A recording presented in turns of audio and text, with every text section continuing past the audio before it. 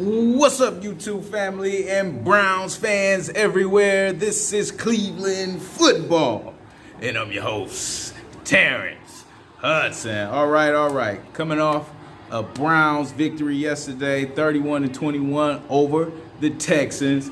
I think things could have got real interesting.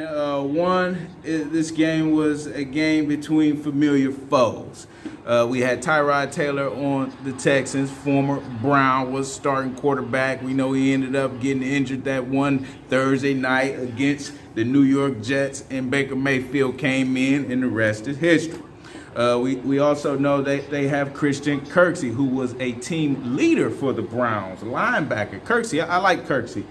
He just stayed hurt, stayed injured a lot, but, you know, he has reemerged in Houston. So they had some guys on our side, Jadeveon Clowney, former Texan. So they came out amped up. And I could tell at the beginning of that game, they gave us some problems, especially they gave the defense some problems.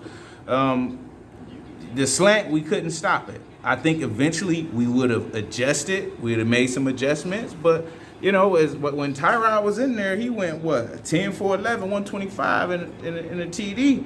You know, he was doing his thing. But he ended up going down. And then they bring in a guy, Davis Mills. 2 last names. First name, Davis. But I guess you could say that about Baker as well. You know, his first name, Baker. I know a lot of Bakers' last name, Baker. But, yeah, so the thing could have got real interesting.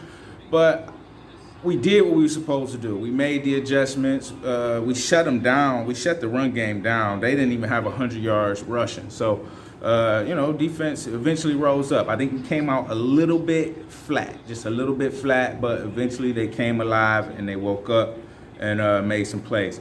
Delpit makes a difference. He is quick. He is fast to the ball. He is explosive. He makes a difference being out on the field, and it gives us a little bit more depth on our back end, somebody who you can blitz, somebody who will come down and play the run as well. So I like what he was able to do. But yeah, I think this has the potential to be one of the best defenses that we have had in a very, very long time. 'Cause we got some guys, and we got some playmakers. And they just keep gelling, keep coming together, we'll do some damage. We're going to do some damage on defense. Offensively, Baker, 19 for 21, 213, 1 TD, and 1 INT. Man, you got to be careful trying to make a tackle. He threw an interception. He come down. If you a quarterback and you throw an interception, if you can't tackle, if you're not used to tackling people, do something to try to get in this wave. You slinging your arm out, you're probably gonna rip your arm off, man. Like, come down. You could dive for the guy's legs or throw a shoulder, throw something into him.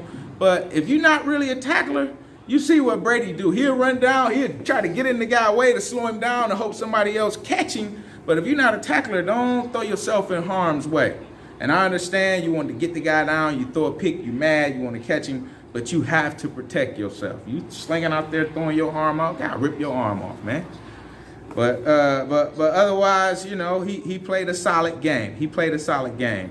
If we stay on track, or as they say, stay on schedule, if that running game is going, I mean, we can be unstoppable because it just opens up the play action and it opens up everything else. It was unfortunate to see Landry go down. Sprained MCL, that's a tough one. It looks like he'll be week to week.